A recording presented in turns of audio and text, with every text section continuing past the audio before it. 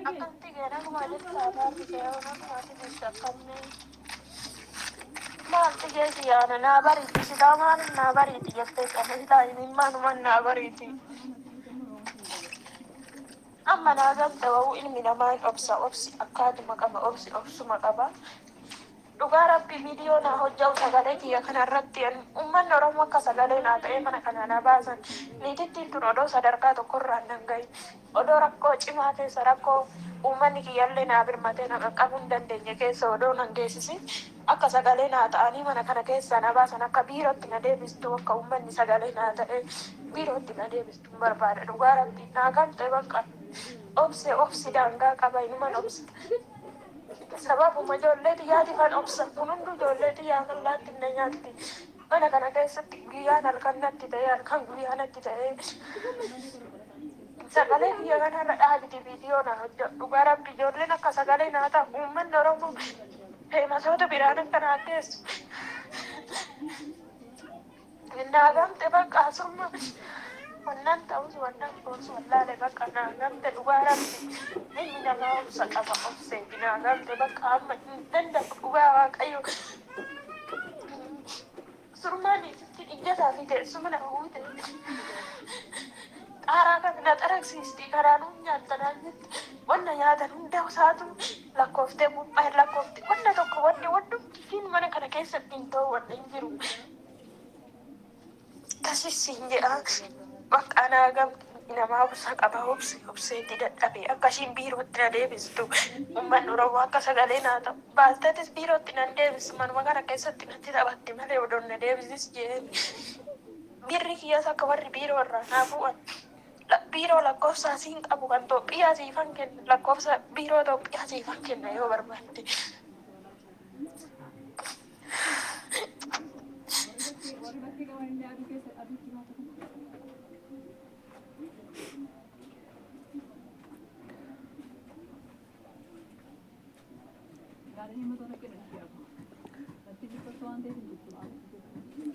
Ifa mana godhashee obboleewwan koo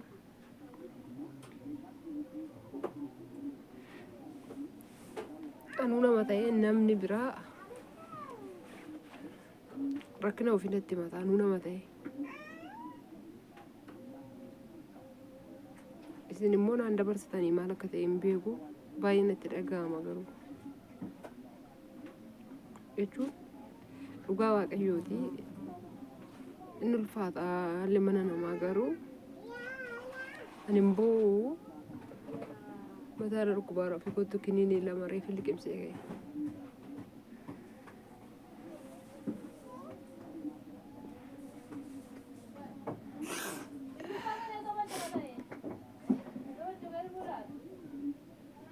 Nageenyi waaqayyo isin yaa baay'atu obboleewwan koo nagaa keessan hin daganne akkam jirtu nagaadha fayyaa keessanii baga jiraattan maaloo irraa waaqayyo obboleettii kana gargaara maaloo ani qoosaadhaa fi mixinnaan asirratti waa'ee namaa isinitti fidu yoo hin viiyuu ittiin argachuuf miti yoo hin viidiyoo kana ilaaltanii fi miti anuu baay'ee na tuqe waan ta'e hin beeku baay'ee natti dhagahama mucattii kana wajjin haasa'an jirra mucattii ilma kana dura mijachuu fi didee baay'ee qoramti mucaan kun innaan reefu da'ee keessana waa'ee maallaqa isheetiif asirratti ol baasisan abbaa manaa ishee irratti ergite homaa faayidaa irraa dhabde sana maallaqa ishee dhabuurra isas dhabuurra maallaqa ishee irratti hin ergin haa dhiistu warri jettan sana mucattiin qorumsa baay'ee keessa jirti homaa ta'aa fi hin jiru maaloo irraa waaqayyo isin hin jedha irraa keessan maaloo jechuu fi ani amantaadhaan adiraa maalii adiraa musliima hortaate kiristaana hortaate adiraa maalii ishee warra biran ituun laakiin godhitu kompiiliiniin godhiin hin darbii warra jedhan sanallee hin jaaladhuun ture yuutuubii tiktookii kanarraa ol laalu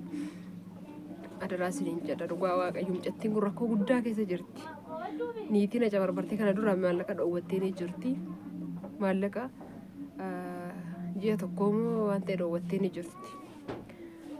Ji'a sadii tuu biraa qabdu anja lama malee na biraan qabdu jettee ni dhoowwatte kuma 30 na dhoowwatte naan jette duraan obsiteetuma dhiistee jirti sumayyuu dhiisiiti jabaadhu hojjedhu si caalutti dabarta obsi yoo kanaachi immoo biirootti na deebisi jedhanii biirootti deebi'itii jijjiirradhu jedhanii gorseen ture karaa keessaa baay'ee hojjun haasaa turre obboleettiin koo kun baay'ee dadhabdee jirti dhugaa waaqayyo isiniin jira daraa keessan maaloo waan ishii isiniin jette dhageessaniittu Anis natti tolee miti as taa'ee kan isinitti haasa'aa jiru. Ani iyyuu baay'ee dadhabee jira. Baay'ee mataa jechuun dadhabee waan jiru baay'ee mataa dhukkubaa jira. Mata bawwaan maal akka ta'e hin beeku urgannaa faasikaatti na jalqabee amma ammatti sirrii koo miti. Hunda hin dubbadhu yeroo biraa waan isinitti himadhu hin qabaa namti illee hankoollee hin dubbadhu garuu hin barbaachisu amma hin dubbadhu. Mataan dhukkubaa jira. Garuu obsuun dadhabe. Sagalee kana dhaggeeffadhee obsuun dadhabe. Oromoon sagalee naaf ta'ee mana jiru keessaa naa baasu. Birrii gosirraa naaf hafuudhaan biirootti naa deebistu. Mucayyoon nyaata hin hojjetti. Saudi Arabiyaa jirti. Nyaata hin hojjetti. Tsidaatiin hojjetti. Kana biraan niitii wanta ishiin nyaattutti lakkoofti.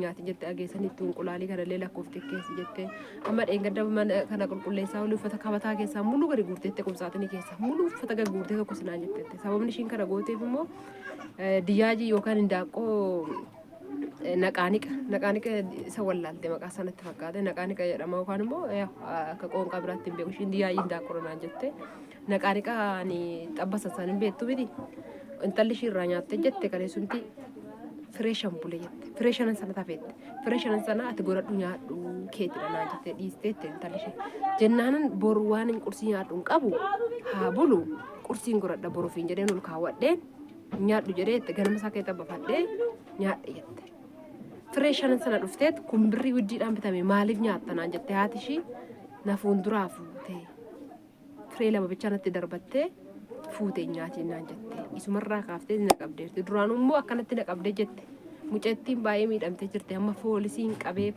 qabamtee baddeet barbaadamtee amma foolisiin qabamtee mana sanatti deebituurrallee geessee jirti seenaa baay'ee natti odeessiteerti waan ta'eedhaaf aannan dubbisaa akka obboleettii kootti baay'een maqaan koos immoo maqaan dhalootaa waan sin garramu tokko adaraan siniin jedha obboleettii keessan kanaaf sagalee ta'aa. Saudi Arabiyaa jirti waan biraa sinitti hin tarreessu sagalee sinitti hin dheeressu Saudi Arabiyaa jirti.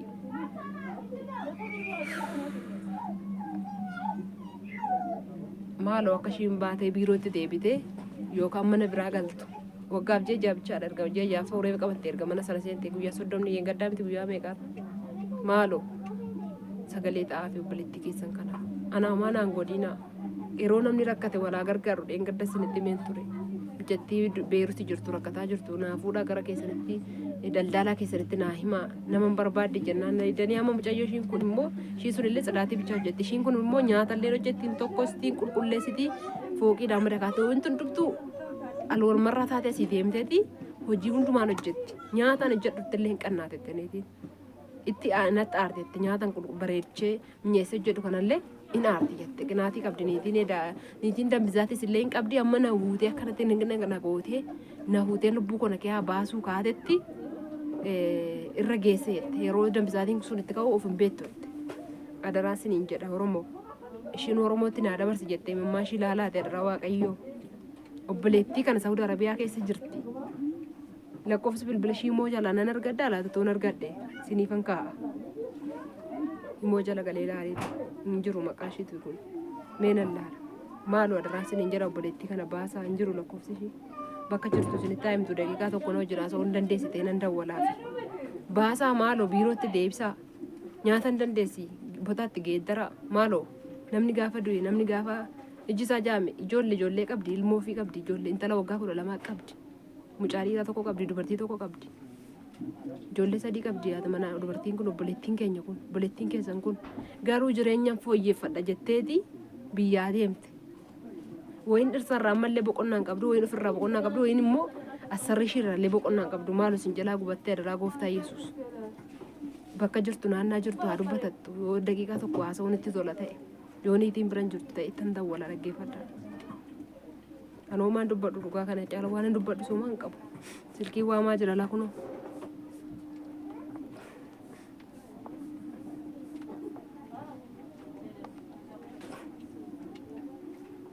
Waye bro. Hello. Hello. Hello Biritu.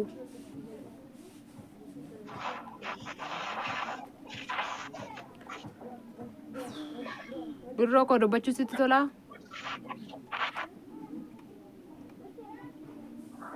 Mi'a mijatuufi. Waye bro sitti dhaga'ama?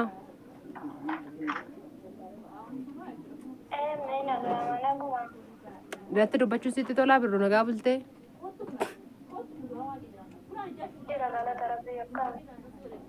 Jira waaqayyo faa galatu fayyaa keetii.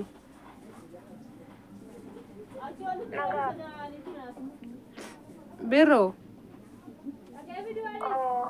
Niitiin si bira jirti natti dubbachuudhaaf xinnoo sagalee kee ol kaaftee yoo dubbatte sitti dhiyoo jirti.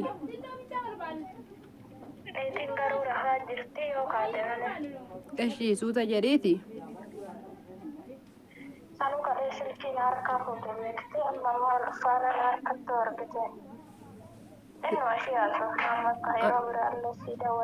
Rakkoon qabu naa'u sagalee naa ergitaa akka gootu. Lakkoofsa bilbilaa jette sanaa fi naannaa jirtu suuta maqaa dhahimee naannaa jirtu ishii sirraa fagoo jirti taanaan naannaa jirtu san maal akka jedhamu lakkoofsi mana ati jirtus immoo gibbiin isaa lakkoofsa meeqarratti akka barraa'ee jiru san dubbadhume tarii namni Saawudii sitti dhiyoo jiru jiraachuu danda'a viidiyoo waraabaan jira viidiyoo sagalee kee dhaggeeffadheen baay'ee mataan koo naanna'ee ana obsuun dadhabe dhugaa waaqayyoo. Allaalee ati keetii ani surmaan adduma natti taate surmaan adduma natti taate mucayyoo haaluma duraanitirra bakka haaruma bifuma haaraa fidachaa deemti bakka haaluma duraanitirra bifa haaraa fidachaa deemti bakka hin gadda akkuma siin jee nyaatan harkaa deebistee bakka kalee guyyaa akkuma kaateen bakka dubbii umatti kaatee bakka nyaatteetuma rafta gisee hundaa nyaatteetuma rafta naan jetti too ani sa'aa bakka maalan jee Ambati hajattu sadhiisiiti naannaa jirtuu fi lakkoofsa. Argame beekte surmaa namni du'a filateedha ijoollee baay'een edaa kanaaf du'u. Xilaati keessa naadu'ee biyyoottaa dabalamu ijoolleen biyya ormaa jirtan waaqni tokkichi huuba tisiisa jaratti irra buute kaasee sinirra hin buusiin hamaa isaan qopheessan mataa isaanitti agargashu waaqayyoon ani kana bichaan siniin jedhamu waaqayyoo biyya keessanitti hiyyoommattanillee nagaa sin agashu. Mindaa kiyya kan duraanii akkuma sitti mindaa. Kun dhaggeeffadhaa mindaa kiyya duraanii dhoowwattee mindaa ishee. Akkatti dafqa kiyya dhoowwursee mana kana keessatti. Deebinaan immoo beeki wanni nyaatan garuu mana kana keessa dhabamne hoggaa nyaata foo akkanuma ilkaan kiyya gisee warraaf foo bakka mokorooniin iyya maaliif go'attaa sanduushaa fi shaayii uginaan jetti bakka. Zin jettee bakka waan akkana ilkaan warraafan ishi namni nyaatu malee tigiisti nyaatu malee waa jettu nyaata malee homaan gootu waa jettu nyaata malee homaan gootu bakka deebiin ishii kanuma bakka sababa kiyyaan kaleessa bakka mucayyoo walitti bu'anii mucayyoo ishiitiin bakka. Homaa miti isatti hin qoramiiniiti dhiisiiti mee. Jetteen bakka mucayyoo maa mushaakila umta gisee hunda jette. Mee isatti hin qoramiini dhiisiiti ijoolleen biirootti si adeemsan ijoolleen naannaa kee jiraatan illee hoo jiranii nama biiroodha isaan hojii gasheetti illee si haa dabarsanii lakkoofsa jettu naa himiitii naa barreessitaa hoo dhibee kan achi immoo naannaa jirtuu fi lakkoofsa quxurii mana ati keessa jirtu san dubbadhu gibbii irratti kan barraa'ee jiru san lakkoofsa manaa beektaa miti. Laaleen lakkoofsa manaa ala bahee hollaalee malee qabachuu hin dandeenye tigeeko sammuu nu bisiina ta'e mucayyoo maalaan wannan kalee beeku har'ana hin irraafaa maalaan qabaa tigeetu. Dhaqi daqiiqaa tokko silkiin cufiiniiti dhaqi silkii lafa kaa'eeti dhaqi daqiiqaa tokko laali sagandee tokko fiigi dhaqi laali kun tokko nama waa xaxxaraguutti maxaragaa baadhuuti. Si argiti?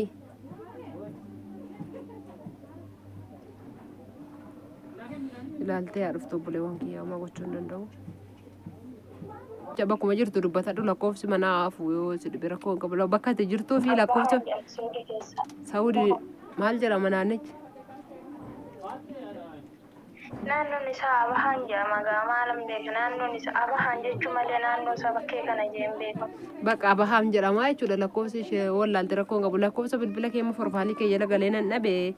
Yoo ittiin botaan geeddarraa fi biirootti deebisna naan jedhanii lakkoofsa biiroo biyya kanaa beektanaa kiritaaree nan barreessaa asirratti.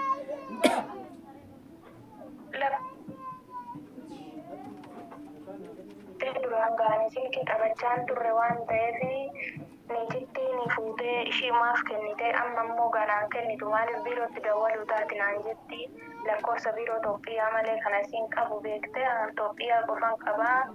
kan asiin qabu gaadura sababa birri naa ergituuf itti naa dawwaltii soggaa ishiin sababa birri isaan irraa naa ergitu sila Kanaafuu lakkoofsuma saniif naa bitame silkii. lakkoofsi biiroo Itoophiyaa furmaata siif hin qabu bakka ati jirtu bichaa tun lakkoofsa kee beekee ijoolleedhaaf hin barreessee kun obboleewwan koo jistiif barreessee ittiin dhufanii si'aa barbaadan silaa malee lakkoofsi Itoophiyaa maa faayidaa siif hin qabadhee yaadu kan biiroo. Nimma lakkoofsi Itoophiyaa lakkoofsi biyya sitti luureen hin barreessu. Nan barreessa natti mira koon qabu nan barreessa. Dubbachaatu manatti mi'atana.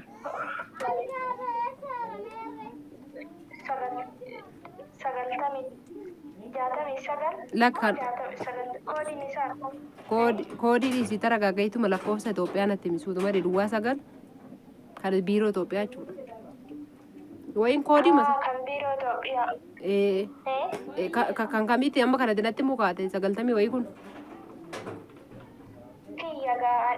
Aha natti minni shaggaadha yoo sirriitti nan barreessa. Ishoo qoy hida'uu qabaa miti hida'uu. Esh 790 ila hida'uu taanee seeraan tasgabbaa'inatti mi lakkoofsa himoo keetii kan. Qoy 796 eshi. Balleesseera hida'uu jechuu kooti. Hida'uu 96 jedheera. Summaame sammuu kiyya nan hojjetu beetikis 96 jette. 65 eshi. 65 53 eshi. 45 eshi. 45 97 bakka lakkoofsa satamma qabattee jirtu jechuudha sadiitti naa dawwaltee sii dawwale kana.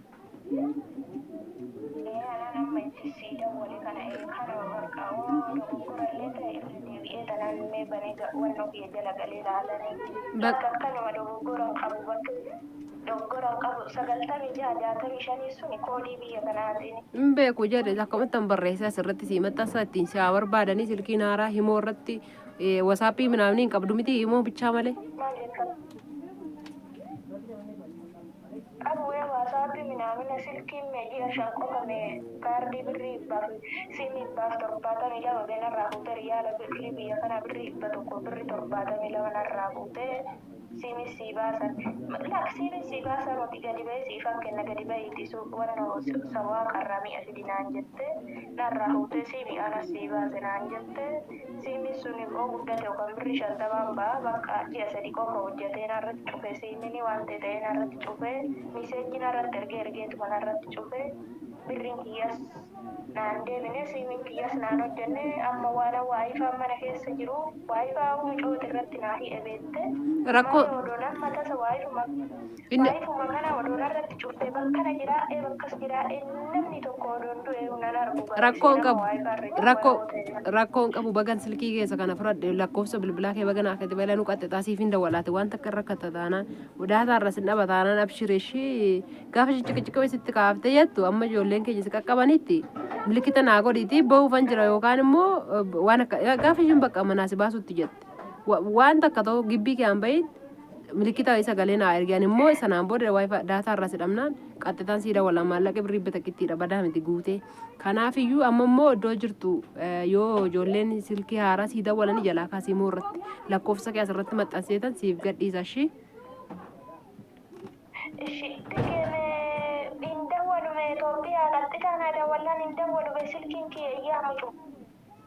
Baalumaafuu waaqayyo si wajjin jira bakka yaaddan ijoollee yoo si qaqqaban ati biirootti akka deebitu bichaa yaadi malee waan biraa yaadiin biirootti deebitee akka biiroodha hojii argatan biraa argattu yaadi lammanni immoo maallaqa sirka jiru sana dhoksii malee qoy. Kana fakkaata qaabbileettiin keessan dhaamsa kana sinitti dabarfatteerti daqiiqaa sinitti dheerate illee daqiiqaa 8 bichaa karoorsee dhufe ture. Egaa sinitti dabarsa lakkoofsa bilbilaa ishee wajjinii. adaraa waaqayyoo isa jiraata kana barbaada. Gaafa du'e naan barbaadina gaafa lubbuun koo na keessa jirtu maal taate intalli kun maal rakkatte laata jedhaa na gaafadha. Siqiqii biyya ormaa hin beektu hundi keessan erga nyaata dhoowwatte erga ciqicciki itti baafte erga xaaraa xara kiyyattee adagaa rangaa jirtu ta'e lubbuu ishii bor waan tokko taate jedhee waan asirratti baase nan taasabina yookaan immoo aniyyuu waan biraan dubbadhu nagaan tura.